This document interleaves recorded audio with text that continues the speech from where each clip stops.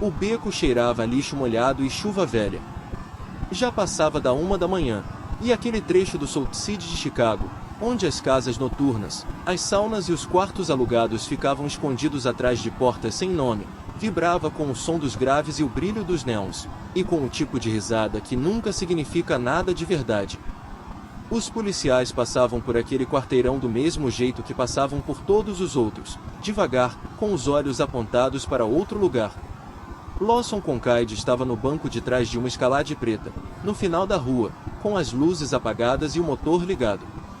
Era um homem largo, de mandíbula afiada, com mãos que tinham quebrado coisas e construído coisas em igual medida. Todo mundo naquela cidade conhecia o nome de Lawson, ou sabia o suficiente para ficar longe do seu caminho. O império de construção de Lawson tinha erguido hospitais, conjuntos habitacionais e pontes em 3 estados. Mas o dinheiro que corria por baixo de tudo isso se movia por canais que nenhum auditor seria jamais convidado a examinar. Lawson não era o tipo de homem que frequentava lugares como aquele. Ele tinha pessoas para tudo. Mas nas últimas 14 noites, Lawson tinha ficado estacionado naquele mesmo quarteirão, naquela mesma hora, observando as mesmas portas e os mesmos rostos. Porque um dos seus homens de maior confiança estava movimentando o produto pelas costas dele e usando os clubes daquela rua para lavar o dinheiro. E Lawson Concaide não agia com base em informações de segunda mão. Ele confirmava as coisas com os próprios olhos. Era assim que tinha sobrevivido por 37 anos num mundo que enterrava homens descuidados sem nenhuma cerimônia. Lawson saiu do veículo e entrou no beco atrás do clube, onde as entregas deveriam acontecer. Foi então que ele ouviu. Não era um grito. Não era um berro. Era um som tão comprimido dentro de si mesmo que mal existia. O tipo de choro que uma pessoa faz quando já decidiu que ninguém vai aparecer. Lawson olhou para baixo. Uma menina estava sentada no chão, ao lado de uma lixeira, com os joelhos apertados contra o peito. O vestido preto estava rasgado no ombro. O cabelo estava embaraçado e caindo sobre um rosto inchado de um lado. Um hematoma percorria o comprimento do antebraço dela, onde alguém tinha agarrado com força suficiente para deixar uma marca que não iria desaparecer por semanas. Ela tremia, mas tentava não tremer. Se segurava do jeito que uma pessoa segura algo que está prestes a se despedaçar se largar nem que seja um pouco. Lawson Concaide ficou completamente parado. Os seus pés não avançavam, porque ele já tinha visto aquela imagem exata antes, 23 anos atrás. Um beco diferente, uma cidade diferente. A mãe dele sentada no concreto frio, com um vestido rasgado, sem ninguém parando, sem ninguém olhando para baixo, sem ninguém ficando. Lawson tinha 14 anos quando a encontrou na manhã seguinte. E nunca, em nenhum momento de toda a sua vida, tinha falado sobre como ela estava deitada ali ao lado daquela lixeira. Ele tinha construído um império sobre aquele silêncio. Tinha enterrado tudo aquilo sob concreto, dinheiro e controle. E agora aqui estava de novo. A menos de 1 metro de distância. Respirando, tremendo, viva. E ele não conseguia passar por cima disso. Lawson não se sentou ao lado dela. Ele se abaixou contra a parede oposta, alguns passos de distância, ainda dentro da sombra. Não disse nada. Apenas ficou. Marlene Voss ergueu os olhos vermelhos e inchados e viu o terno, o relógio, os sapatos. Aquele não era um cliente comum. Ela tentou se levantar, enxugando o rosto com o pulso, puxando o tecido rasgado de volta para o ombro. Lawson disse 2 palavras. Fica sentada. Não era gentil, não era frio. Era apenas uma ordem que de alguma forma a fez parar de se mover. O grave do clube sacudia as paredes ao redor deles. Um carro passou no final do beco sem diminuir a velocidade. O cheiro de lixo pairava entre os dois como uma terceira presença. Lawson perguntou: "O que aconteceu?" Ela balançou a cabeça. "Nada. Estou bem." Lawson não foi embora. Ficou encostado naquela parede e esperou com a paciência de um homem que entendia que o silêncio às vezes abre mais espaço do que qualquer pergunta jamais poderia. E então Marlene falou. Contou que a mãe estava morrendo. Câncer em estágio 3. O Northwestern Memorial queria $47.000 antes de continuar a próxima rodada de quimioterapia. O irmão dela, Tommy, tinha 22 anos e mal conseguia manter uma pequena oficina mecânica aberta, com um aluguel que tinha sido aumentado sem aviso. Marlene tinha vindo para aquele trecho da cidade porque era o único lugar que pagava rápido o suficiente para importar. Mas naquela noite, um cliente bêbado tinha arrastado para aquele beco, rasgado seu vestido, batido nela quando ela resistiu, e foi embora sem pagar. Marlene não pediu nada a Lawson. Ela não era do tipo que pedia. Estava simplesmente dizendo a verdade porque ele tinha ficado tempo suficiente para merecer ouvi-la. Quando Marlene terminou, o beco estava muito silencioso. Lawson olhou para a parede à sua frente. Depois olhou para ela e fez uma única pergunta. Quanto? Ela disse o número numa voz mal acima de um sussurro, como se o tamanho do que a sua família precisava fosse algo vergonhoso. Lawson se levantou da parede. Vem comigo, ele disse. Marlene não se mexeu. Olhou para ele com os olhos de alguém que tinha ouvido promessas demais que se dissolviam antes do amanhecer. Não peço duas vezes, ele disse. Se essa história já está te tocando, escreve o seu país nos comentários agora mesmo. Curte o vídeo, compartilha com alguém que precisa ouvir isso, e se certifica de estar inscrito no canal para não perder o que vem a seguir. Agora, vamos voltar à história. Porque o que aconteceu depois que Marlene entrou naquele carro mudou a vida dos dois de formas que nenhum deles poderia ter imaginado. A Escalade parou em frente aos portões de ferro da mansão de Lincoln Park às quase 2 da manhã. Lawson não disse uma palavra durante todo o trajeto. Marlene ficou sentada no banco de trás com a coluna ereta, as duas mãos pousadas no colo, os olhos fixos pela janela do carro na escuridão à frente, sem realmente ver nada. Os portões abriram automaticamente. O caminho de pedra levava até uma casa tão grande que Marlene não conseguia enxergar a linha completa do telhado no escuro. Lawson saiu primeiro e entrou direto, sem olhar para trás para ver se ela o seguia. Ela o seguiu. Por dentro, a casa estava silenciosa do jeito que só casas muito grandes conseguem ser. Um silêncio que parecia pesado, largo e fundo. Lawson ligou para o gerente noturno da casa numa conversa que durou menos de 20 segundos. Disse que ela estava no quarto do andar de baixo, perto da cozinha, para darem roupas limpas e comida, se ela precisasse. E que ninguém devia fazer perguntas. Depois desligou. Subiu para o segundo andar sem olhar para trás, sem dizer mais uma palavra para Marlene, sem explicar por que estava fazendo aquilo ou o que queria dela.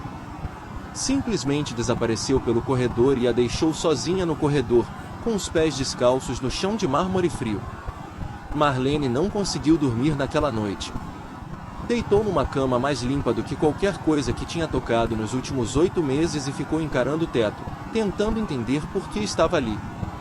Marlene tinha vivido tempo suficiente em lugares escuros para saber que homens não levavam mulheres para casa às 2 da manhã sem querer algo em troca. Mas Lawson não a tinha tocado, não tinha olhado para ela daquele jeito, não tinha dito nada além de instruções curtas para outras pessoas cuidarem dela. Marlene não conseguia entender aquilo. E então parou de tentar. Ficou deitada até o céu começar a clarear. Antes das 6 da manhã, Marlene já estava acordada. Encontrou a cozinha seguindo o cheiro persistente de café deixado na máquina da noite anterior. A cozinha era maior do que o quarto inteiro que ela alugava no Salt City. Marlene encontrou um pano de limpeza na terceira gaveta e começou a limpar as bancadas de pedra. Ninguém tinha pedido para ela fazer aquilo. Ninguém tinha dito como ela deveria pagar o favor. Mas as mãos precisavam de algo para fazer, e aquele era a única coisa que Marlene sabia como fazer quando não sabia o que dizer. Lawson desceu para a cozinha assim que o dia tinha clareado completamente. Parou na entrada quando viu Marlene passando pano na bancada com movimentos lentos e uniformes. Não disse nada sobre aquilo. Serviu o café numa xícara e ficou de pé no balcão bebendo em silêncio. Depois voltou para o andar de cima. Antes das 9 da manhã, Lawson já tinha ligado para o contador. Antes das 10, Os 47 mil dólares completos, mais um valor adicional para os próximos 2 meses, tinham sido transferidos diretamente para o departamento de faturamento do Northwestern Memorial Hospital. Não houve ligação para Marlene. Sem aviso. Sem conversa explicando o que tinha feito. Lawson simplesmente fez e seguiu com o seu dia. Antes das 11, Marlene estava dobrando toalhas na lavanderia atrás da cozinha quando o telefone vibrou. Tom estava ligando. O irmão mais novo de Marlene não conseguia terminar uma frase inteira. Ficava dizendo o nome dela, Marlene, e parando, e dizendo de novo, Marlene, como se estivesse tentando confirmar algo que não conseguia acreditar. O hospital ligou. Alguém pagou tudo. Não sei quem foi. Ele estava chorando. Marlene sentou devagar no chão da lavanderia, apertou o telefone contra o peito e não se mexeu por um longo tempo. Ficou parada naquele silêncio com aquela notícia e deixou que ela se tornasse real. A mãe poderia continuar o tratamento. A mãe tinha uma chance.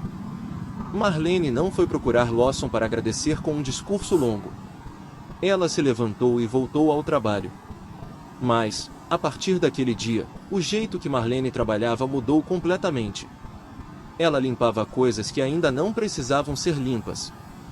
Cozinhava com mais cuidado, escolhendo os temperos certos, provando tudo com atenção antes de servir. Chegava à cozinha mais cedo do que o necessário.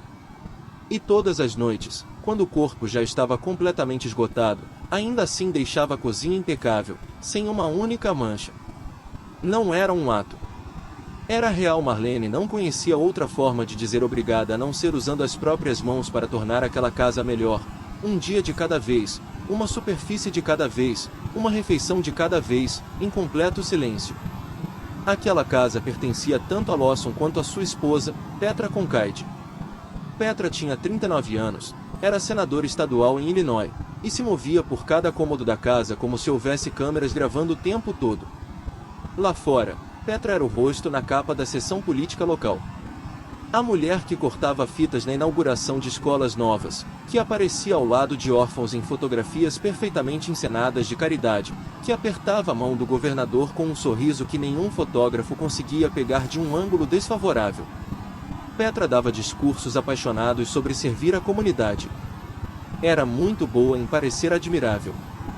Dentro de casa, Petra era uma pessoa completamente diferente. Ela não gritava, não jogava objetos. Era muito mais precisa e muito mais fria do que isso. Petra falava com a equipe doméstica do jeito que as pessoas falam com máquinas, apenas ordens, sem contato visual, sem nunca chamar ninguém pelo nome, a menos que precisasse de algo de imediato. Marlene conheceu Petra pela primeira vez na manhã do terceiro dia na casa. Petra passou pela cozinha num terno cor de creme sem uma única ruga, o cabelo preso com cuidado, e parou ao ver um rosto que não reconhecia ao lado da pia. Quem é essa mulher? Não era uma pergunta direcionada a Marlene. Petra disse aquilo para o ar do cômodo e esperou que alguém respondesse. Lawson estava passando pelo corredor e disse, sem interromper o passo, a nova empregada. Petra não perguntou mais nada. Não perguntou de onde Marlene veio, o que tinha feito antes ou quem a tinha indicado. Mas olhou para Marlene de cima a baixo com um olhar que não era curioso, era avaliador. O tipo de olhar de alguém que arruma as coisas mentalmente em compartimentos e decide quanto atenção cada uma merece. Depois virou as costas e saiu sem dizer mais nada. Marlene aprendeu as regras daquela casa na primeira semana. Não olhar Petra nos olhos, a menos que ela chamasse o seu nome diretamente. Não falar, a menos que perguntassem algo. Mover-se rapidamente. Terminar tudo em silêncio. Desaparecer quando o trabalho estivesse feito. Nunca deixar nada fora do lugar, porque Petra notava tudo. Se uma almofada do sofá estivesse deslocada nem que fosse um pouco do lugar onde devia estar, Petra olhava para ela e depois para o funcionário mais próximo com uma expressão que não precisava de palavras, e ainda assim cortava mais fundo do que qualquer voz levantada jamais poderia. Marlene dominou todas aquelas regras não ditas perfeitamente em poucas semanas. Mas Marlene não era burra. Ela notava coisas que uma pessoa comum ignoraria. Notou que Petra sempre carregava um segundo celular apenas no bolso interno do casaco e nunca o colocava sobre nenhuma superfície da casa. Notou que todas as noites, quando Petra chegava em casa, passava por Lawson no corredor com não mais do que 2 palavras e ia direto para o quarto privativo no segundo andar, trancando a porta antes que ele subisse. Notou que nos raros jantares em que os dois se sentavam à mesma mesa, Petra olhava para Lawson com uma expressão que não era a de uma esposa olhando para o marido. Era a expressão de alguém fazendo guarda, calculando, medindo quanto a pessoa do outro lado da mesa sabia e o quanto não sabia. Marlene viu tudo aquilo e guardou dentro de si, colocando num canto da mente que nunca tocava, porque tinha aprendido muito antes de chegar àquela casa que enxergar demais dentro da vida dos outros era um luxo perigoso que pessoas como ela não podiam se dar. 2 semanas depois que Marlene chegou àquela casa, o problema apareceu. Não com barulho. Não com nenhum evento visível. Veio em silêncio, exatamente do jeito que os problemas sérios quase sempre vêm. Um entregador apareceu no portão numa tarde, enquanto Petra estava fora participando de uma sessão do conselho e Lawson estava no andar de cima em uma longa ligação. O homem carregava um envelope pardo lacrado e pediu pelo nome completo de Lawson Concaide. Marlene pegou o envelope e o levou para o segundo andar. Bateu na porta do escritório. Lawson abriu, olhou para o envelope nas mãos dela, e algo passou rapidamente pelo seu rosto. Era uma mudança pequena. A maioria das pessoas teria perdido completamente. Mas Marlene tinha passado 2 semanas observando os rostos dentro daquela casa e viu claramente, um brevíssimo momento em que a mandíbula de Lawson se contraiu e a temperatura nos seus olhos mudou, antes de tudo voltar ao controle. Lawson agradeceu a ela e fechou a porta. Naquela noite, Lawson não desceu para jantar. Petra comeu sozinha e disse as coisas breves de sempre a Marlene sobre a comida. Nada na superfície parecia incomum, mas Marlene notou que a luz no escritório de Lawson ainda estava acesa quando ela passou depois da meia-noite, voltando para o quarto. Na manhã seguinte, Lawson desceu para o café da manhã, mas mal tocou na comida. Ficou sentado diante de uma xícara de café que já tinha esfriado, encarando um único ponto na toalha de mesa por vários minutos, e então se levantou e voltou para o andar de cima sem dizer uma palavra. Marlene retirou o prato intocado. Tinha aprendido que havia manhãs em que se cozinhava para alguém e essa pessoa não conseguia comer, e que a função dela era retirar aquele prato o mais suavemente possível, sem acrescentar nada ao peso que já havia preenchido o cômodo. 3 dias depois que o envelope chegou, 2 homens de terno preto apareceram na porta dos fundos da casa. Não foram à entrada principal. Falaram com o segurança do portão. O segurança ligou para dentro, e Lawson foi ao encontro deles pelo muro do jardim. Ficaram ali conversando por quase 30 minutos. Marlene observava pela janela da lavanderia. Não ouvia uma palavra. Só observava o jeito que Lawson ficava de pé, aquele tipo de tensão que vive nos ombros de um homem recebendo informações que não quer receber. Quando um dos 2 homens virou, a borda do casaco abriu levemente, e Marlene viu o coldre da arma por baixo. Aquilo não era uma reunião de negócios comum.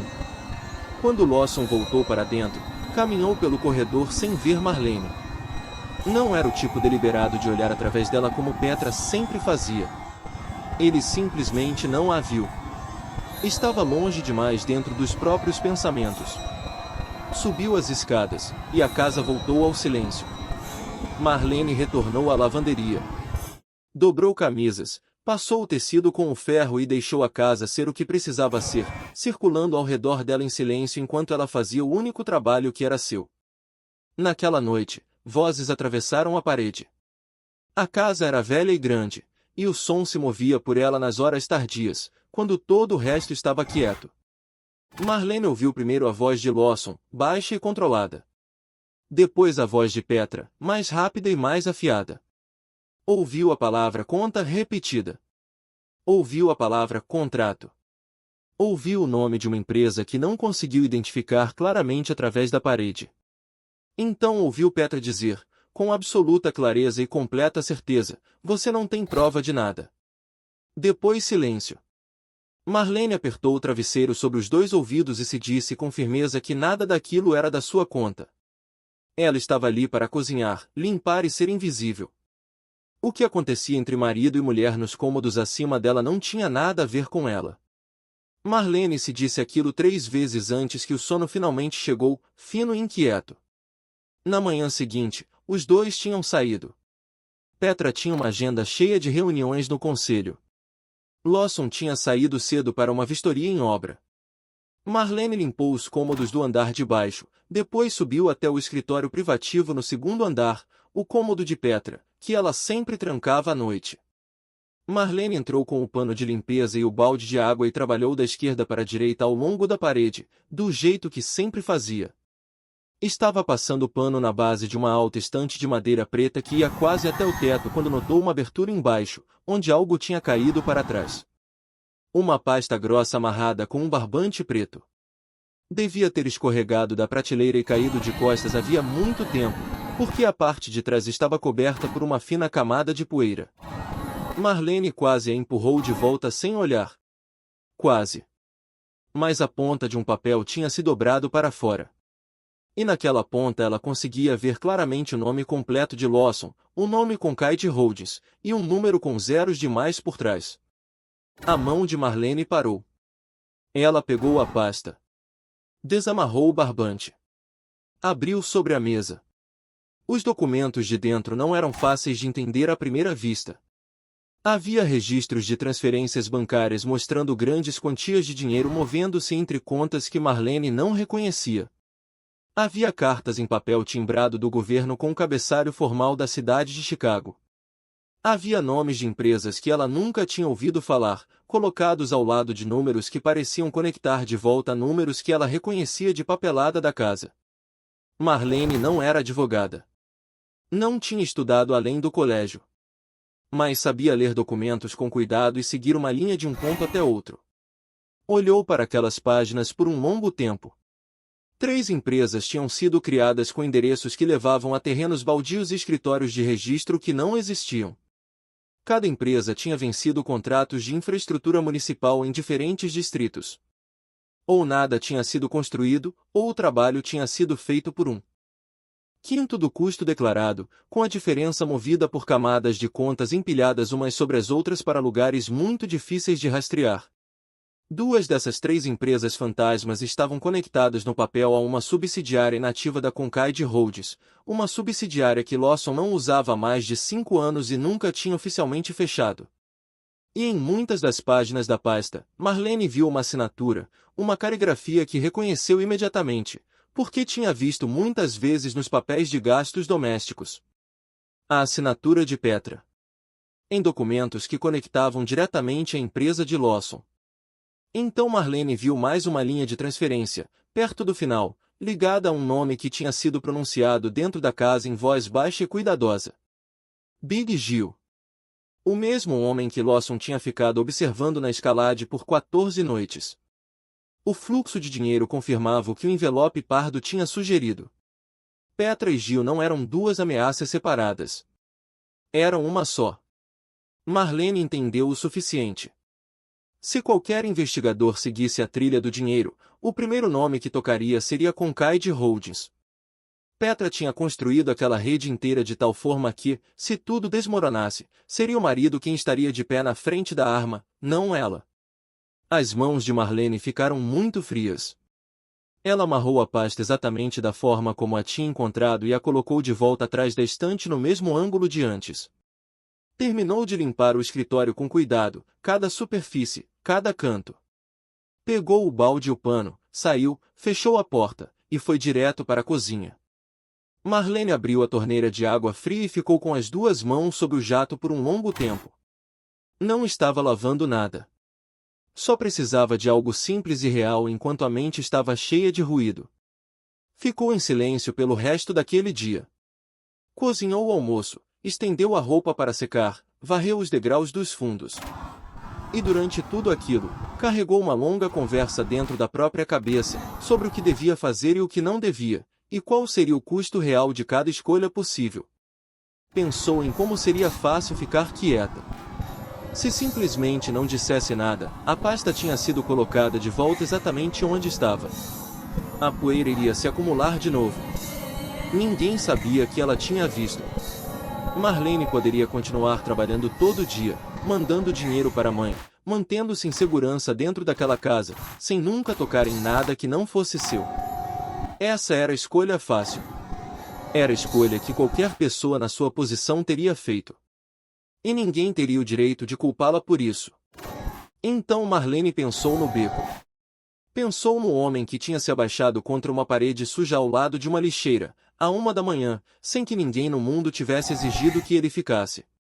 Lawson podia ter continuado andando. Estava no meio de uma missão própria. Não devia nada a ela, absolutamente nada. Mesmo assim tinha sentado, esperado, e ouvido tudo o que ela tinha a dizer, sem a fazer sentir menor por ter dito. Pensou na foto que Tommy tinha mandado na semana anterior, a mãe sentada numa cama de hospital, sorrindo cansada, mas sorrindo. E lembrou exatamente de onde vinha aquele sorriso. Quem o tinha tornado possível. Pensou no tipo de pessoa que queria ser. Não o tipo grandioso diante do mundo. O tipo menor, o tipo invisível. O tipo que acontecia todo dia sem plateia, o tipo que só ela mesma poderia medir. Marlene secou as mãos. Saiu para o corredor.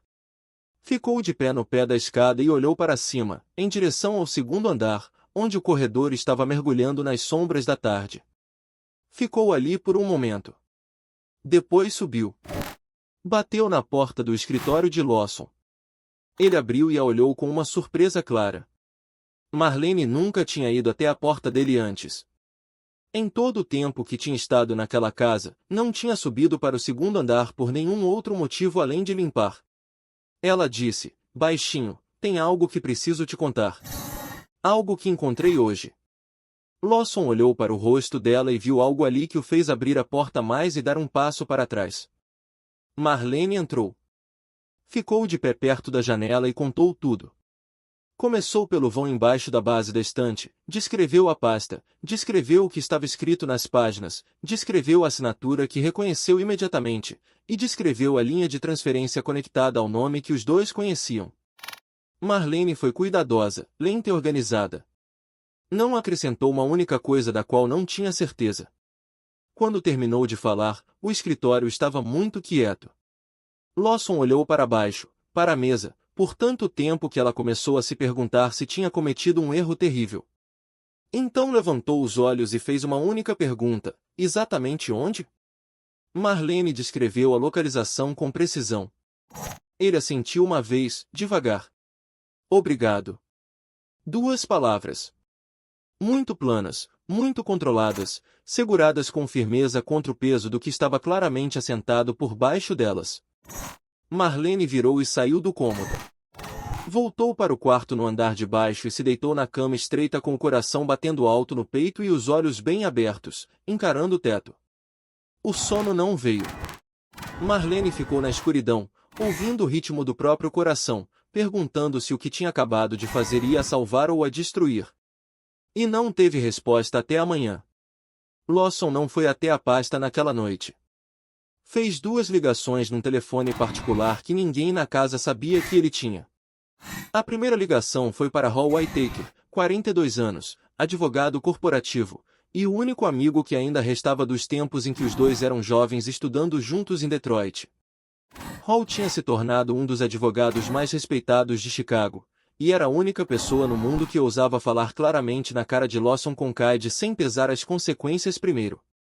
A segunda ligação foi para Fezas Hale, 50 anos, ex-agente do FBI reconvertido em detetive particular, homem que já tinha tratado de 2 assuntos delicados para Lawson antes e era conhecido pela minuciosidade absoluta e por manter a boca fechada sem nunca perguntar por quê.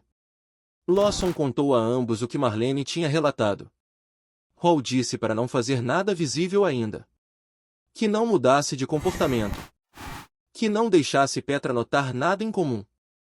Fezas disse que precisava ver os documentos com os próprios olhos e perguntou quando poderia entrar no escritório sem chamar a atenção de ninguém na casa.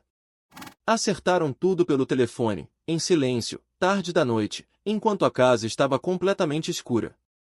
Na manhã seguinte, Petra tinha um dia cheio de reuniões no Palácio do Governo, e Lawson havia organizado uma visita a uma obra para estar fora de casa. Tudo foi coordenado com precisão. Fezas chegou ao portão dos fundos às 9 da manhã. Subiu para o escritório do segundo andar e ficou ali por 18 minutos. Fotografou cada página da pasta com uma câmera pequena que não fazia nenhum som. Recolocou a pasta exatamente no lugar, atrás da estante, no mesmo ângulo que estava, e saiu pelo portão dos fundos antes das 10. Marlene viu ele chegar. Viu ele sair. Continuou lavando a louça do café da manhã. Ninguém disse uma palavra. Nada parecia diferente. A casa continuou completamente quieta na luz da manhã. O que Fezas encontrou naqueles documentos era consideravelmente pior do que o que Marlene tinha compreendido. As 3 empresas fantasmas levavam a contratos de infraestrutura fraudulentos. O dinheiro circulava por contas complicadas e tudo convergia para um único nome que Fezas identificou em 2 dias. Valdo Brennan, um alto funcionário da prefeitura de Chicago e o aliado político mais próximo de Petra. Brennan era quem aprovava os contratos pelo lado do governo. Além disso, Fezas confirmou que parte do fluxo de dinheiro tinha sido lavada exatamente pelos negócios do Salt City controlados por Big Gil, os clubes e quartos alugados que Lawson tinha passado 14 noites observando. O que significava que Petra não apenas sabia sobre Gil. Petra estava dirigindo Gil desde o início.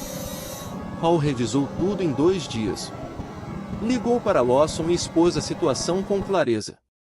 O nível de exposição legal era grave, mas administrável, se agissem do jeito certo.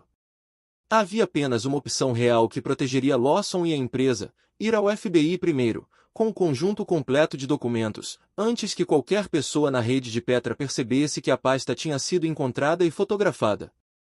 Se eles agissem primeiro, controlariam o ponto de partida de toda a investigação. Se esperassem e fossem abordados de fora, não sobraria nada para controlar. Hall disse que era uma opção dolorosa. Disse também que era a única opção que realmente fazia sentido. Lawson ficou em silêncio por vários segundos do outro lado da linha. Depois disse: "Me dá uma noite para pensar." Hall disse: "Pode ter." Naquela noite, Petra dormiu ao lado de Lawson no escuro, a respiração lenta, serena e completamente perturbada. Lawson ficou de costas, encarando o teto. O cômodo estava muito quieto, exceto pelo som da respiração dela e pelo vento fraco do lado de fora da janela. Lawson pensou nos quase 15 anos de casamento. Tentou se lembrar do que havia sido verdadeiro durante todos aqueles anos, e do que nunca tinha sido real de jeito nenhum. E a linha entre essas duas coisas era muito mais turva do que ele queria admitir. Pensou na empresa que tinha construído a partir de um único subcontrato e 16 horas de trabalho por dia, durante anos, antes de ela se tornar o que era agora. Pensou em Nadia, 13 anos, num colégio interno de elite, a filha que iria acordar uma manhã e ver o nome dos pais na capa de todos os jornais se aquilo fosse na direção errada. Pensou nos 52 trabalhadores no canteiro do Salt City, homens que acordavam todo dia, iam trabalhar e levavam salário para casa para as suas famílias. Todos dependendo de uma empresa que carregava o nome de Lawson, e da capacidade daquela empresa de continuar de pé. 52 famílias. Lawson ficou com aquele número no peito durante toda a noite e não se permitiu desviar o olhar dele. Quando o céu começou a mudar de cor na borda da janela, ele já sabia o que ia fazer. Não precisava de mais tempo. A resposta tinha chegado em algum momento no meio da noite, e ele só tinha ficado deitado esperando o amanhecer clarear o suficiente para poder se levantar. De manhã, Lawson foi ao escritório do FBI em Chicago com Hall sentado ao seu lado, uma pasta com o conjunto completo de cópias fotografadas entre eles. Sentou-se diante de um agente sênior numa sala sem janelas e disse a verdade completa por 2 horas seguidas. Não suavizou nenhum detalhe em favor de Petra. Não protegeu a subsidiária inativa nem contornou o motivo pelo qual ela nunca tinha sido oficialmente fechada. Lawson deu tudo o que tinha aos investigadores e respondeu a cada pergunta sem hesitação. Quando a reunião terminou e os dois saíram para o sol forte do meio-dia, Hall disse baixinho ao seu lado que tinha sido a coisa certa a fazer. Lawson não respondeu. Entrou no carro e ficou sentado por um momento antes de dar a partida. Quando chegou em casa, a superfície de tudo permanecia completamente intocada. A casa parecia exatamente igual a qualquer outro dia. Marlene estava cozinhando o jantar na cozinha, e o cheiro de comida se espalhava pelo andar de baixo. Petra chegou à tarde, trocou de roupa, sentou-se para comer, disse as poucas coisas breves de sempre sobre a comida, depois subiu direto para o escritório e trancou a porta. Lawson sentou-se à mesa do jantar e trocou o número mínimo de palavras que uma noite comum exigia. Marlene retirou os pratos, lavou a louça, e deixou a casa ficar quieta em torno do que tinha começado a se mover sob a sua superfície. Marlene tinha feito a sua parte. Agora a coisa tinha força própria, e ela não podia mais freá-la nem pará-la. Apagou as luzes da cozinha, voltou para o quarto e se deitou na escuridão. E pela primeira vez em muitas noites, o sono chegou sem ela precisar chamá-lo. Então vieram bater na porta de Marlene, no fundo da casa. Era Petra. Nenhuma vez antes Petra tinha entrado nos aposentos dos funcionários desde que Marlene chegara àquela casa. Ela estava na soleira com os dois braços cruzados sobre o peito e o rosto composto numa versão de calma que não chegava até os olhos. Os seus olhos não estavam calmos de jeito nenhum. Petra disse que tinha revisado os registros de gastos domésticos e encontrado discrepâncias. Que comida da despensa estava desaparecendo havia vários meses. Que uma pequena quantia em dinheiro mantida na gaveta da cozinha estava sumindo, uma soma específica que ela nomeou até o último centavo. E olhou para Marlene sem piscar enquanto dizia aquelas coisas. Marlene respondeu com clareza e calma que não tinha pegado nada. Nunca tinha tirado uma única coisa daquela casa. Petra disse que, nesse caso, estava certa de que Marlene não se importaria que o quarto fosse revistado. Marlene disse que não se importava. Um homem do escritório particular de Petra chegou naquele mesmo dia e revistou o quarto sistematicamente na frente de Marlene. Cada gaveta, cada bolsa, cada bolso, cada canto. Petra ficou parada na entrada durante todo o tempo, observando sem mostrar nenhuma emoção no rosto. O homem não encontrou nada, porque não havia nada para encontrar. Quando a busca terminou sem resultado, Petra disse apenas duas palavras: "Estou de olho." Virou as costas e caminhou pelo corredor. Marlene ficou sozinha no quarto pequeno depois que eles foram embora e sentiu algo frio se instalar no peito. Entendeu exatamente o que aquilo era. Não era sobre comida da despensa. Não era sobre dinheiro da gaveta. Petra sabia de algo, ou suspeitava fortemente de algo. E aquela era a forma como Petra operava, não através do barulho, através da pressão e da sombra da acusação, e da sensação de estar sendo vigiada sem nenhuma prova específica contra a qual se defender. Na manhã seguinte, Petra entrou na cozinha enquanto Marlene preparava o café da manhã. Ficou perto da porta e disse que havia pensado melhor e decidido que não poderia continuar com uma funcionária em quem não confiava completamente. Disse que o trabalho de Marlene terminaria no final daquela semana. Disse tudo isso sem elevar a voz, sem nenhuma emoção visível, com a absoluta certeza de uma mulher que nunca tinha sido seriamente contrariada dentro do espaço privado da própria casa. Virou as costas e saiu da cozinha antes que Marlene tivesse tempo de abrir a boca. Marlene ficou de pé diante do fogão, com o óleo quente na frigideira e o cheiro de cebola subindo no ar, e sentiu o chão se mover sob os pés de um jeito que não tinha nada a ver com o próprio chão. O emprego. A renda. O tratamento contínuo da mãe. A vida do irmão mais novo, que tinha começado a se estabilizar com tanto custo e tanta dor nas últimas 3 semanas. Tudo que tinha sido reconstruído estava sendo arrancado das mãos de Marlene porque uma mulher tinha simplesmente decidido que ela era um inconveniente a ser removido. Marlene fez o café da manhã. Colocou na mesa. Retirou quando terminou. Completou cada parte do trabalho da manhã até o último detalhe. Então subiu e bateu na porta de Lawson. Contou o que Petra tinha dito. Contou sobre a revista do quarto no dia anterior. Explicou o que acreditava que Petra estava realmente fazendo, e por quê. Não levantou a voz. Colocou tudo com calma e em ordem, da mesma forma que tinha apresentado a pasta. Lawson ouviu. Depois disse: "Você não vai a lugar nenhum." Disse isso muito devagar. E não havia espaço na frase para que nenhum argumento entrasse. Lawson passou por ela e foi encontrar Petra na sala de estar. Uma conversa aconteceu entre os dois que durou 12 minutos. Marlene não ouvia do lugar onde estava no corredor. Mas quando Lawson voltou para a cozinha, disse: "Você continua o seu trabalho. Ninguém está te dispensando." Disse e subiu as escadas. Era tudo. Petra não apareceu na cozinha nem nos aposentos dos funcionários pelos 3 dias seguintes. Quando voltou, olhava direto através de Marlene como se ela não existisse, o que era algo a que Marlene já estava acostumada há muito tempo. Marlene estava dobrando lençóis na lavanderia quando ouviu o carro chegando pelo caminho. Mais de um carro. Marlene foi até a janela pequena e olhou para fora. 3 veículos pretos estavam estacionados ao longo do caminho de pedra, e homens em roupas civis desciam com a calma e o ritmo sem pressa de quem já tinha feito aquilo muitas vezes antes e não sentia necessidade de apressar nenhuma parte do processo. Marlene ouviu vozes no portão. Ouviu as solas de Petra ressoando rapidamente pelo corredor acima, mais rápido do que o normal, no ritmo de alguém que tinha olhado pela janela e visto algo que não esperava ver. A porta da frente se abriu. Vozes profissionais e medidas percorreram a casa. O tipo de vozes que carregam autoridade e apresentam papelada. Depois a voz de Petra, a princípio ainda controlada. Ainda a voz da mulher que tinha comandado cada cômodo por anos. Mas então algo por baixo daquele controle começou a rachar. Não com barulho.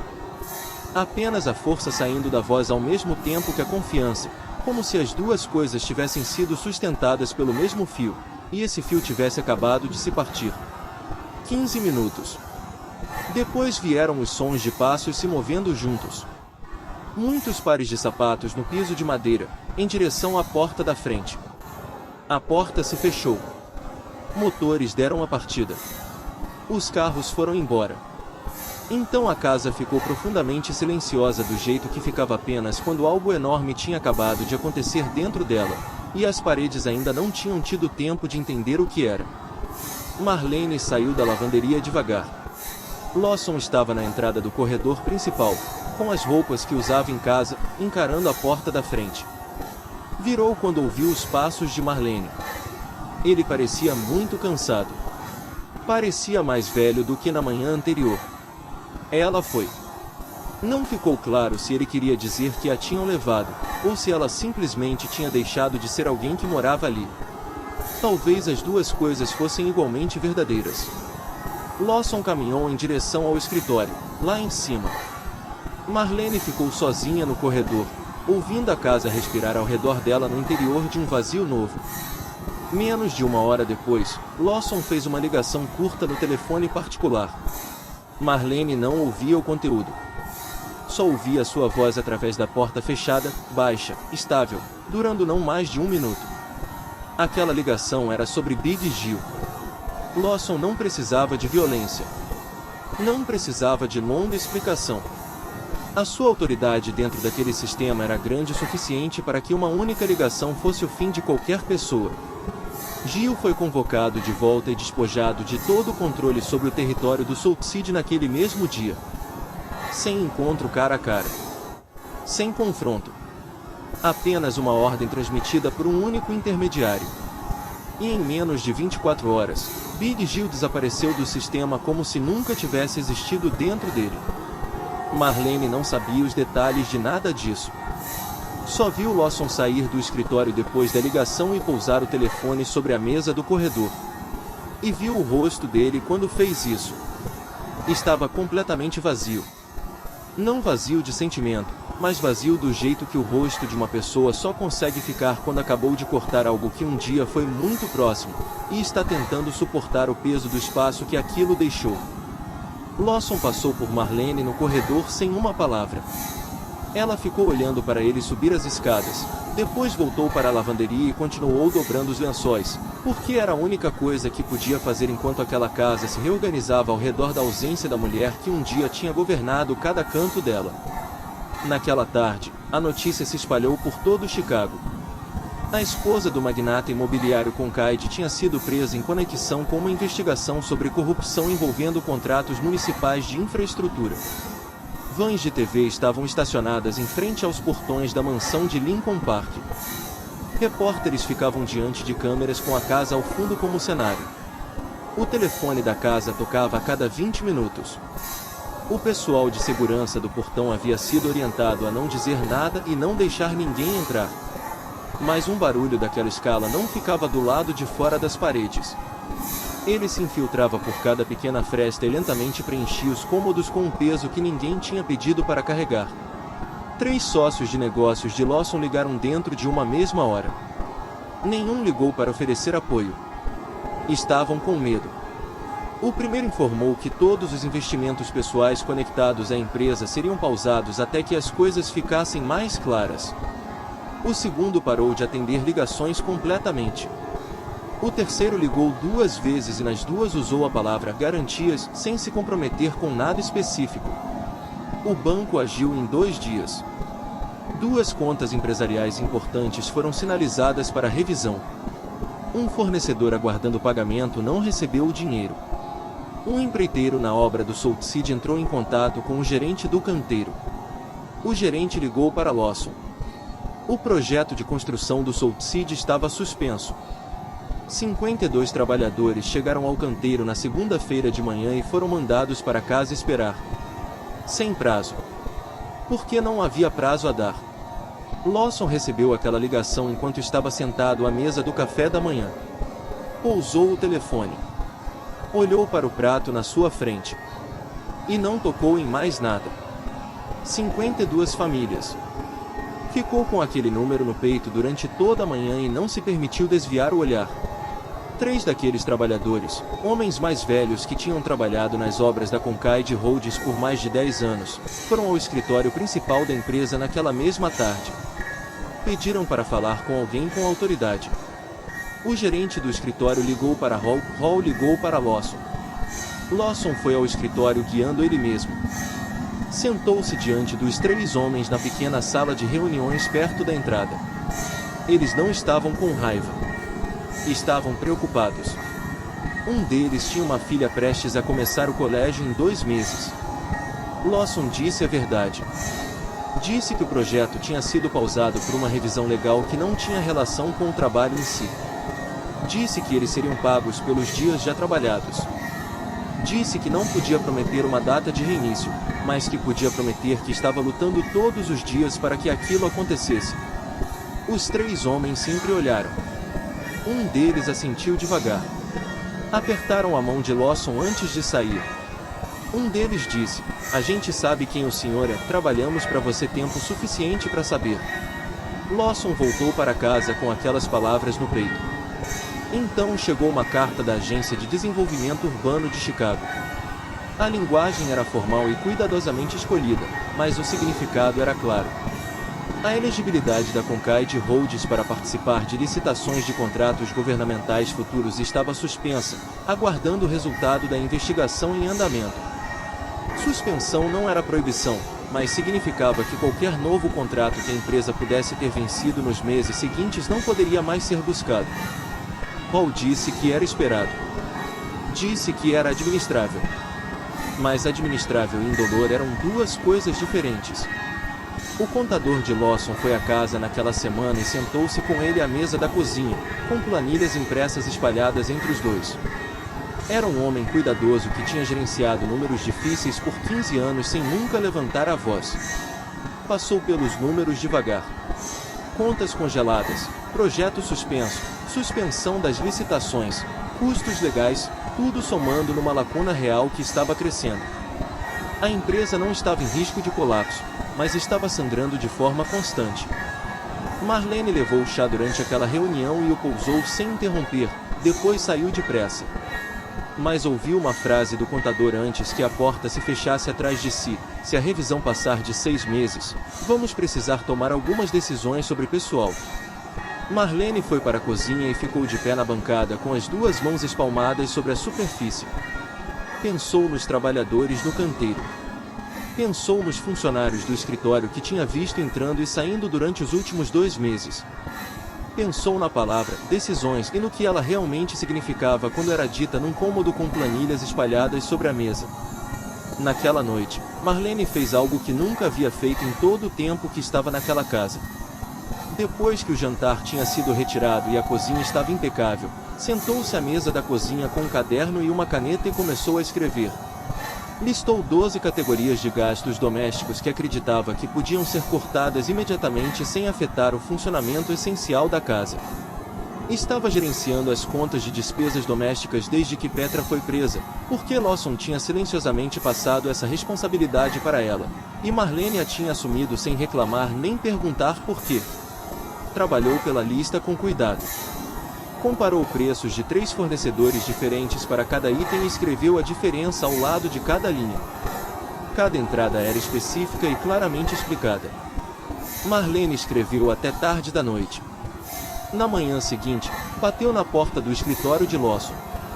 Quando ele abriu, entregou o caderno. Disse que tinha revisado todos os gastos domésticos e encontrado 12 áreas que podiam ser cortadas imediatamente, enquanto a casa ainda funcionara normalmente. Disse que as economias não resolveriam os problemas da empresa, mas reduziriam a pressão sobre as contas domésticas nos meses seguintes. Lawson olhou para a lista. Olhou para ela. Ficou em silêncio por um momento. Depois perguntou: "Quanto tempo você levou para fazer isso?" Ela disse: "Boa parte da noite passada." Lawson virou para a primeira página e releu mais devagar. Colocou o caderno sobre a mesa. "Você não precisava fazer isso." "Eu sei." "Obrigado. Vou começar os primeiros 5 itens hoje." Ela virou e desceu as escadas. Uma tarde, alguns dias depois, Marlene estava fazendo uma sopa apimentada do zero na cozinha, o tipo que levava 3 horas e aquecia a casa inteira com o seu cheiro. Lawson entrou na cozinha e sentou-se num banco ao balcão. Ficou observando ela trabalhar sem dizer nada. Depois de um tempo, disse: "Você poderia ter ficado quieta." Marlene não parou de mexer a sopa. "Eu sei." "Então por que não ficou?" Marlene pensou por um momento. Depois disse: "Por que você se sentou naquele beco?" Lawson olhou para ela. Ela olhou de volta. Ele entendeu. Não demorou muito para Lawson sair da cozinha, e ela voltou a mexer a sopa. Enquanto tudo aquilo acontecia dentro da casa, outro tipo de problema estava vindo de fora para Marlene. Tommy ligou de casa e disse que a pequena oficina mecânica que vinha tentando manter funcionando durante o último ano estava em dificuldades. O proprietário tinha aumentado o aluguel sem muito aviso, e Tommy não conseguia cobrir o aumento e cuidar da família ao mesmo tempo. A mãe ainda continuava o tratamento de acompanhamento, e aqueles custos ainda não tinham acabado. Ele disse que não queria pedir, mas não sabia mais a quem ligar. Marlene ficou de pé com o telefone na mão depois da chamada e encarou a parede. Pensou em pedir a Lawson. Afastou o pensamento imediatamente. Lawson já tinha feito mais pela família dela do que qualquer coisa que ela tivesse o direito de esperar de alguém. Não voltaria até ele com mais um problema. Resolveria aquilo ela mesma. Marlene passou 2 noites escrevendo uma carta cuidadosa para o programa de empréstimos para pequenas empresas do SBA, que tinha ouvido outra empregada mencionar no mercado num dia de folga. Descreveu com clareza e honestidade a situação da oficina de Tommy, incluindo os custos médicos da família e o histórico do aumento de aluguel. Enviou a carta pelo correio. 2 semanas depois, chegou uma resposta. A organização havia analisado o pedido e aprovado um empréstimo pequeno para Tommy, com condições de pagamento administráveis. Marlene ligou para Tommy imediatamente. Ele atendeu na primeira chamada. Quando ela contou, Tommy ficou em silêncio por um longo tempo. Depois perguntou: "Como você fez isso?" "Escrevi uma carta." "Você sentou naquela casa grande e escreveu uma carta para mim?" "Sim." Silêncio por alguns segundos. Depois Tommy disse: "Marlene, quero que você saiba uma coisa. Qualquer coisa que você tenha decidido naquela casa, qualquer escolha que você tenha feito lá, eu acredito que foram as escolhas certas." Marlene ficou de pé na cozinha segurando o telefone e sentiu algo se assentar quieto dentro dela. Então a segunda onda chegou de uma direção que ninguém tinha previsto. Uma jovem repórter chamada Shererlin, 31 anos, vinha acompanhando o caso de Petra mais de perto do que a maioria dos colegas e estava cavando mais fundo do que a maioria dos jornalistas se dispunha a fazer. Scherer encontrou registros antigos de licitações nos arquivos de contratos da cidade e descobriu que, anos antes do escândalo atual, a Concaid Roads havia vencido um grande contrato para um projeto de infraestrutura viária nos distritos do Sul. Na época, havia algumas vozes questionando a decisão. Scherer encontrou uma dessas vozes e começou a fazer perguntas. O nome era Barafim, 62 anos, ex-inspetor de planejamento urbano que tinha saído do departamento mais cedo sob circunstâncias não claramente explicadas no registro público. Abara deu a Scherer 3 longas entrevistas cheias de insinuações e emoção intensa, mas com muito pouca documentação concreta. Disse que aquele contrato não tinha sido concedido puramente por mérito. Disse que havia influência envolvida, mas não conseguia provar nada específico. Scherer escreveu o artigo com cuidado, atribuindo tudo a Abara e observando que a trilha documental parecia limpa, mas o publicou mesmo assim. O artigo apareceu na quarta-feira num jornal online de médio porte. Na quinta-feira, tinha chegado a 3 plataformas maiores. Na noite de quinta-feira, estava no rádio. O timing era cruel na perfeição. As contas ainda parcialmente congeladas. O projeto do Southside ainda paralisado. A carta suspendendo a elegibilidade para licitações ainda sobre a mesa de Lawson. E agora um contrato antigo estava sendo questionado por um homem que ninguém estava realmente investigando a fundo. Ao mesmo tempo, uma ameaça completamente diferente se movia vindo do lado leste da cidade. Hanson Crick, 40 anos, o homem que controlava o território da máfia no lado leste de Chicago, tinha visto Lawson enfraquecer e reconhecido uma oportunidade. Crick mandou pessoas para se encontrar particularmente com cada sócio de negócios de Lawson, carregando propostas de proteção. O tipo de proposta que todo mundo entendia que não era realmente uma proposta. Uma noite, um carro sem placa ficou estacionado do lado de fora dos portões da mansão de Lincoln Park por 3 horas. A segurança informou Lawson. Lawson olhou pela janela do escritório, olhou para o carro imóvel na escuridão, e disse apenas: "Anote o modelo e deixe estar." Enquanto isso, Valdo Brennan, o homem que o FBI tinha colocado discretamente sob vigilância imediatamente depois que Lawson entregou os documentos, começou a se comportar de forma estranha. Mudou a rota diária para o trabalho. Passou a usar um celular novo. Ficava olhando para trás com mais frequência nas reuniões. Brennan não sabia que estava sendo observado. Mas os instintos de um homem que tinha se envolvido fundo demais estavam começando a falar mais alto do que a razão. 2 empresas internacionais que estavam nas fases iniciais de negociação com a Concaid Holdings se retiraram silenciosamente da mesa. Naquela mesma semana. Sem e-mail explicando nada. Sem ligação de despedida. Apenas silêncio. O tipo de silêncio que em negócios significava que a porta tinha se fechado e ninguém pretendia bater novamente. Lawson estava sendo atingido de todas as direções ao mesmo tempo. A imprensa cavando no passado. Rivais farejando sangue. Dinheiro escorrendo embora. Perigo legal pairando. E do lado de fora do portão da casa, carros estranhos da madrugada cujo significado ninguém precisava explicar. Marlene olhou pela janela do quarto tarde de uma noite e viu o carro sem placas parado imóvel do lado de fora do portão, as luzes apagadas, nada mais que uma forma escura na escuridão, e entendeu que o perigo que cercava aquela casa não era mais apenas financeiro ou legal. Era de vida ou morte. Nadia Concaid chegou em casa sem avisar. Tinha 13 anos, voltando num serviço de carro do colégio interno mais cedo, e entrou pela porta da frente da mansão de Lincoln Park numa noite em que ninguém na casa sabia sequer que ela tinha saído do campus. Foi direto para a sala de jantar e encontrou o pai sentado sozinho à mesa comprida, comendo em silêncio.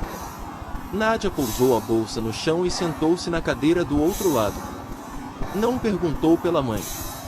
Não perguntou o que estava acontecendo nem porque havia vans de TV do lado de fora do portão, nem porque a casa parecia mais vazia do que ela se lembrava. Disse 4 palavras: "Me conta tudo." Lawson olhou para a filha sentada diante dele e lhe contou tudo. Levou mais de 1 hora. Contou desde a pasta atrás da estante até a manhã no escritório do FBI. Contou sobre as contas congeladas, o projeto paralisado, os 52 trabalhadores, o artigo de Scherer, os carros estranhos do lado de fora à noite. Nadia ouviu com a seriedade que sempre trouxera tudo na vida, sem interromper, sem mostrar nenhuma emoção visível no rosto, processando cada pedaço de informação com a precisão fria de alguém que nasceu sabendo como separar sentimento de análise. Quando Lawson terminou, Nadia fez uma única pergunta: o que você precisa agora? Nadia não era passiva. Na manhã seguinte, acordou antes do pai e passou 4 horas sentada à mesa da cozinha com um notebook. Leu cada artigo que tinha sido escrito sobre o caso do início ao fim. Tomou notas. Identificou erros factuais. Construiu um documento listando cada afirmação de cada artigo e colocou ao lado a verdade correspondente, apoiada por documentação. Levou o documento a Hall quando ele foi à casa naquela tarde. Hall leu com atenção. Disse que o documento era mais organizado do que a maioria dos memorandos legais que recebia de advogados formalmente treinados. Uma tarde, alguns dias depois, uma repórter tentou passar pelo portão dizendo à segurança que estava entregando comida. Conseguiu chegar até a entrada da casa antes que alguém pudesse pará-la, e estava perto da porta da frente quando Nadia saiu para o lado de fora. A repórter começou a falar depressa, o gravador já em punho, disparando perguntas sobre Petra e as empresas fantasmas e se Lawson tinha sabido desde o início. Nadia ficou completamente imóvel nos degraus da frente e olhou para a mulher sem piscar. Sai desta propriedade agora. A repórter continuou falando. Nadia chamou a segurança. A repórter foi escoltada de volta para fora pelo portão. Mas Marlene viu tudo pela janela da cozinha. E viu o rosto de Nadia depois que a segurança levou a mulher pelo caminho. Nadia ficou sozinha nos degraus da frente por um momento, e o seu rosto não era o rosto calmo e controlado que mostrava a todo mundo. Era o rosto de alguém muito jovem carregando algo muito pesado, e fazendo isso sem ninguém ajudando. Nadia ficou assim por talvez 3 segundos, antes que aquele outro rosto voltasse e ela entrasse de volta na casa. Mas 3 segundos foram o suficiente. Marlene ficou de pé na janela da cozinha com as mãos molhadas e o pano de prato pendurado no ombro e pensou: essa família está pagando um preço por algo que não causou. Lawson fez uma coletiva de imprensa no dia seguinte. Organizou tudo ele mesmo, escolhendo uma pequena sala de conferências perto do escritório da empresa, em vez de um local grande com palco e telões. Hall ficou ao seu lado, mas não disse nada. Lawson ficou de pé na frente da sala com as mãos vazias. Sem papéis, sem rascunho, sem anotações. Explicou o contrato antigo do começo ao fim. Nomeou a comissão de avaliação. Nomeou as empresas concorrentes que tinham participado. Divulgou publicamente o conjunto completo dos documentos originais de avaliação para quem quisesse ver. Depois explicou quem era Barafim de verdade, com precisão e sem malícia, incluindo as circunstâncias sob as quais a Bara tinha saído do Departamento de Planejamento Urbano, o que envolvia uma revisão disciplinar própria que nunca havia sido claramente resolvida no registro público. Respondeu a perguntas por 40 minutos.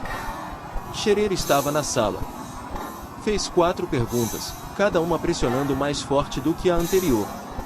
Lawson respondeu uma por uma.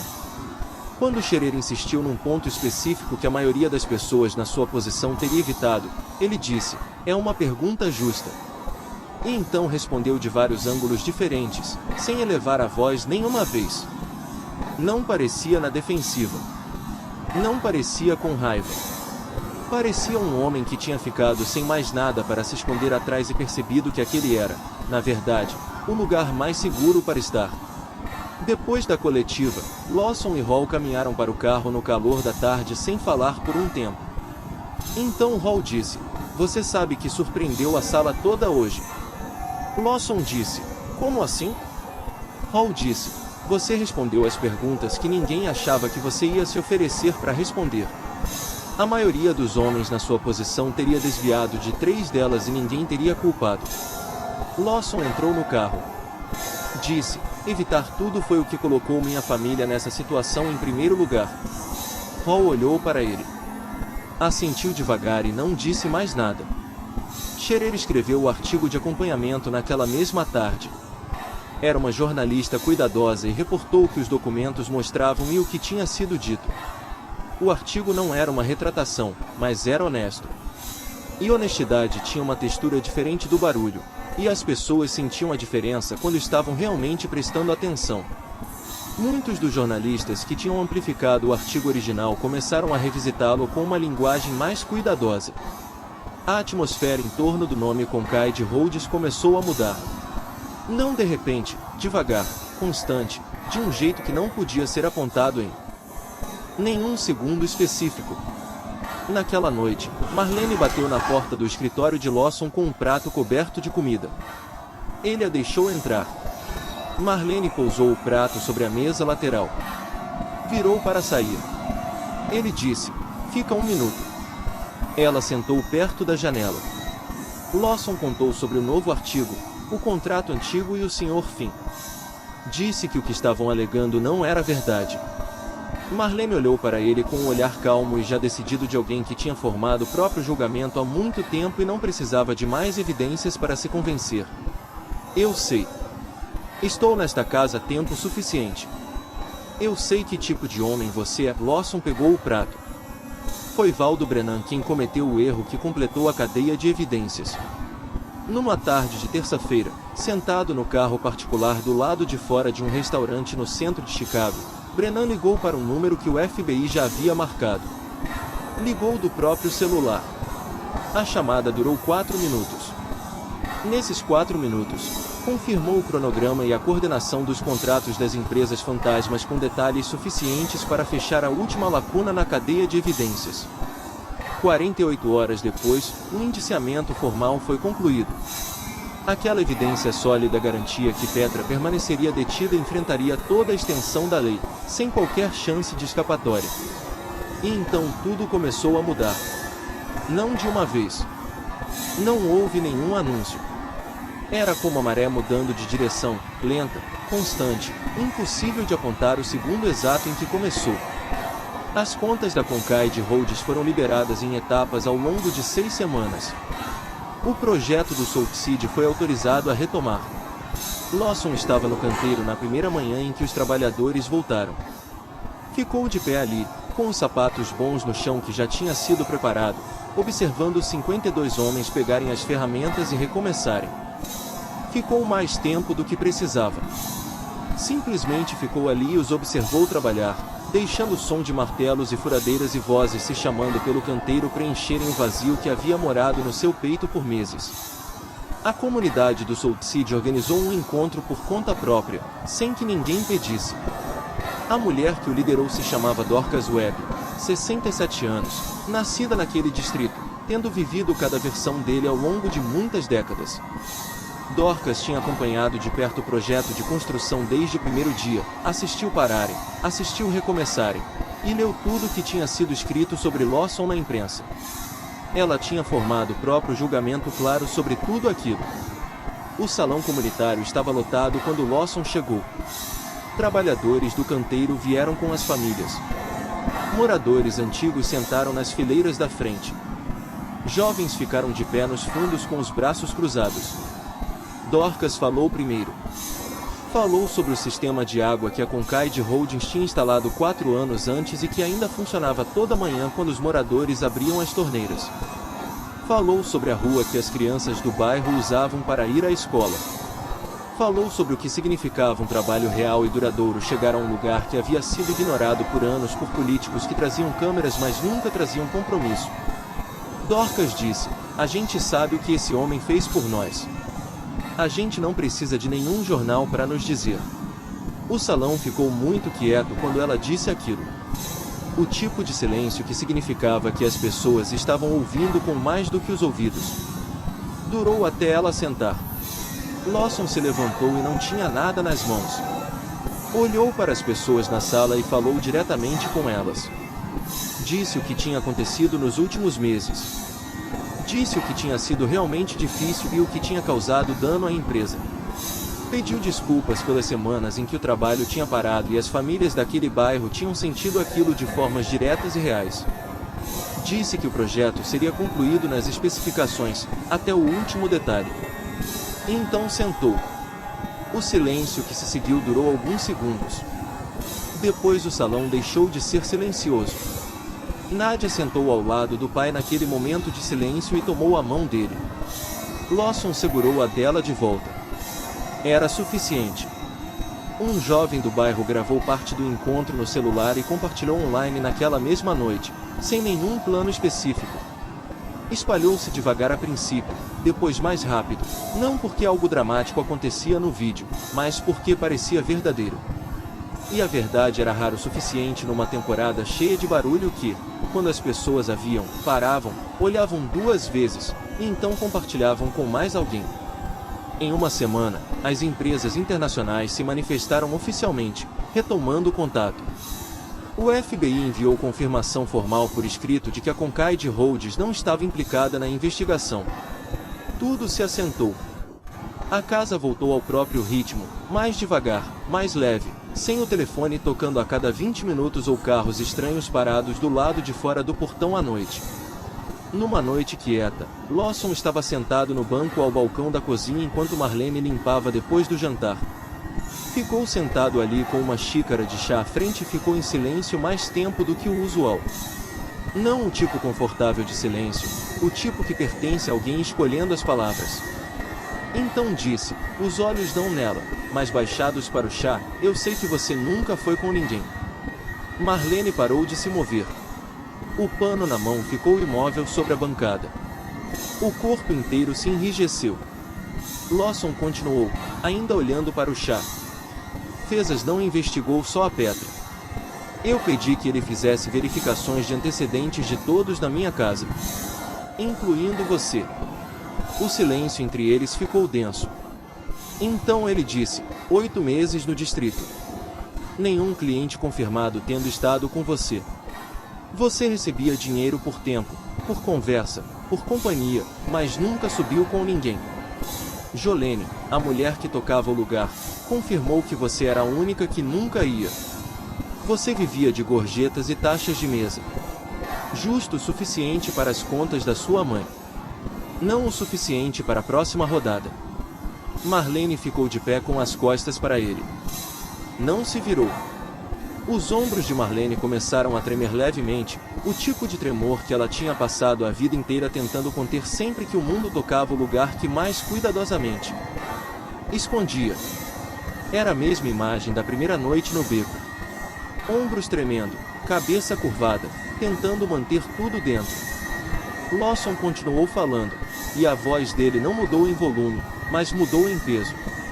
Você entrou naquele mundo, recebeu cada olhar, cada julgamento, cada mão que se estendia para você, e manteve guardada a única coisa que era sua. Por 8 meses. Marlene não se virou. Lágrimas caíram sobre a bancada da cozinha, uma gota de cada vez, sem soluços, sem nenhum som além da respiração irregular dela e do leve impacto da água no mármore. Lawson disse, isso não é fraqueza. Esse é o tipo de força que a maioria das pessoas nunca vai entender.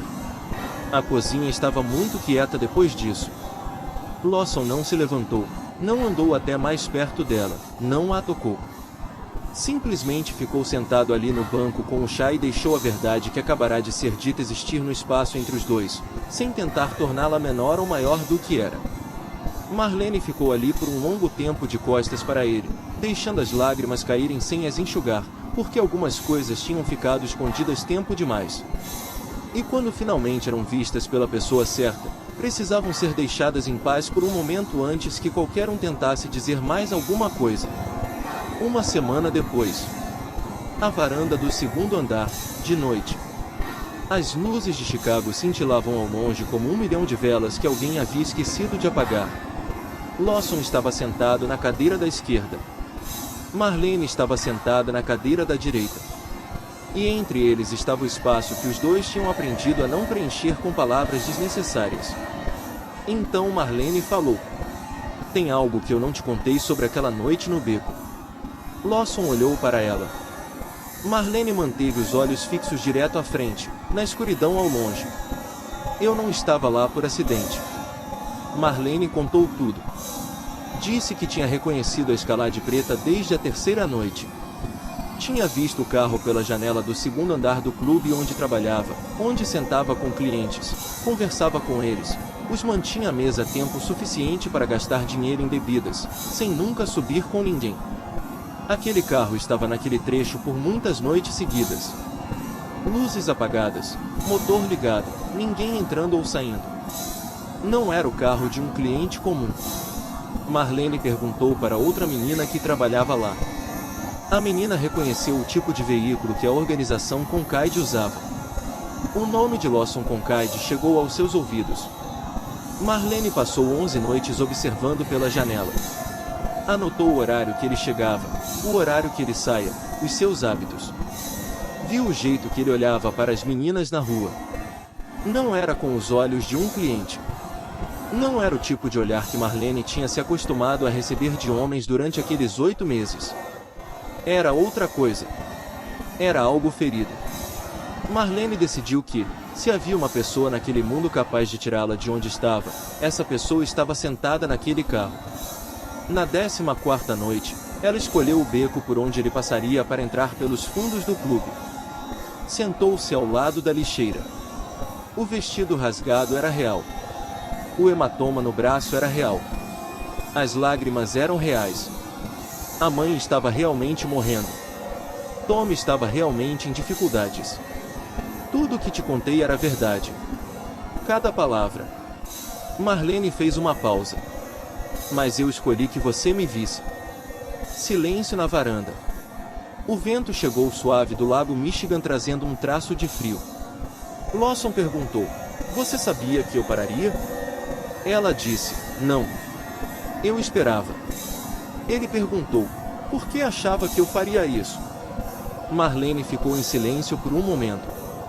Então disse: "Porque em 11 noites te observando, eu vi o jeito que você olhava para aquelas meninas. Não do jeito que os homens costumam olhar. Algo ferido." O silêncio se estendeu por um longo tempo entre os dois. Então Lawson disse: "Você está certa e está errada." Marlene olhou para ele. Ele disse: "Porque eu tinha notado sua presença naquela rua várias vezes antes, uma sombra de alguém que não parecia pertencer àquele lugar.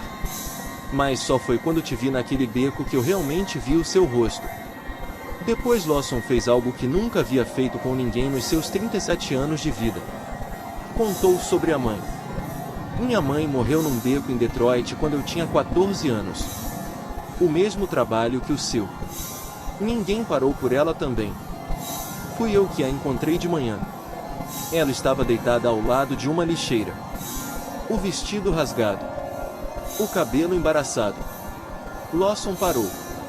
A respiração dele desacelerou um tempo antes de continuar. "Quando eu te vi naquela noite, eu não vi você. Eu vi ela." Pausa. "E pensei, dessa vez não vou chegar tarde." Marlene estendeu a mão por cima da mesinha pequena entre as duas cadeiras, com a palma voltada para cima. Não tomou a mão dele. Apenas deixou a mão lá e esperou. Lawson olhou para a mão dela. Depois pousou a própria mão sobre ela. Os dois ficaram assim debaixo das luzes da cidade ao longe, sem dizer nada por um tempo. Então Lawson disse que o projeto do Salt City estava concluído. As contas estavam completamente limpas. O FBI tinha encerrado a investigação sobre a Concaide Holdings naquela manhã, com uma carta oficial de isenção. Disse cada coisa devagar, uma por uma, do jeito que as pessoas dizem coisas que precisam ouvir em voz alta para realmente acreditar que são reais. Depois disse que tinha conversado com Hall naquela manhã sobre algo que não tinha nada a ver com a empresa. Que ia pagar a mensalidade completa dela. Qualquer curso que ela escolhesse. Qualquer escola que ela escolhesse. Por quanto tempo fosse preciso. Você não vai limpar a casa dos outros pelo resto da vida se não quiser. Você escolheu algo mais difícil quando teve um custo real. O mínimo que posso fazer é garantir que você tenha um futuro que pertença completamente a você." Marlene olhou para a escuridão da noite. Pensou na mãe continuando a se recuperar, lenta e continuamente. Pensou em Tommy com um trabalho mais estável graças a uma conexão que Lawson tinha discretamente organizado através do gerente do canteiro, sem nunca mencionar. Pensou em si mesma na 1 da manhã, sentada no concreto frio ao lado de uma lixeira, sem esperar mais da vida do que ela já tinha dado. As lágrimas vieram. Marlene não as enxugou logo. Deixou-as ficar por um momento, porque algumas coisas merecem ser sentidas sem pressa. Depois as enxugou com o dorso da mão. O mesmo gesto que havia feito naquela primeira noite no beco, a noite que tinha começado tudo. Marlene olhou para Lawson. Lawson estava sentado ali esperando, com um tipo de paciência que sempre teve, a que não se exibia. Marlene respirou devagar. Assentiu uma vez. Tá bem. Apenas 2 palavras. Mas elas disse como uma porta se abrindo. Se você ouviu essa história até o último momento, você já sabe do que ela realmente tratava. Não era apenas sobre a menina no beco, ou o chefe na escalade preta, ou a esposa corrupta, ou a pasta atrás da estante. Era sobre o que acontece quando um ser humano decide realmente ver outro ser humano. Não as roupas que usam, nem o lugar em que estão, nem a utilidade que oferecem, mas a pessoa real por trás dos olhos. Lawson viu Marlene na noite em que não tinha absolutamente nenhuma razão para ficar. Marlene viu Lawson quando ele precisava que alguém lhe dissesse a verdade sem medo. E tudo o que aconteceu entre eles, cada resgate, cada descoberta, cada tempestade, cada momento de recuperação, tudo começou com essas 2 escolhas simples e extraordinárias. Ver o outro de verdade. E responder ao que estava realmente lá. Às vezes na vida a gente passa por becos escuros e vê alguém que precisa de ajuda. E precisa se perguntar, vou continuar andando ou vou parar? Essa história nos lembra que um único momento de parar, uma decisão de ouvir, um gesto pequeno nascido de compaixão verdadeira, pode mudar completamente a vida de outra pessoa. E a nossa também. Como essa história te fez sentir? Ela te fez pensar em alguém na sua vida real? Alguém que parou por você, ou alguém por quem você parou? A gente adoraria ouvir o que está no fundo do seu coração. Então compartilhe a sua história nos comentários abaixo. Se essa história te tocou, aperta o like e compartilha esse vídeo com alguém que você acredita que precisa ouvir isso hoje. E se você ainda não está inscrito no canal, se inscreve agora e ativa o sininho de notificações para não perder as histórias novas que chegam todo dia. Obrigado de verdade por ficar até o último momento.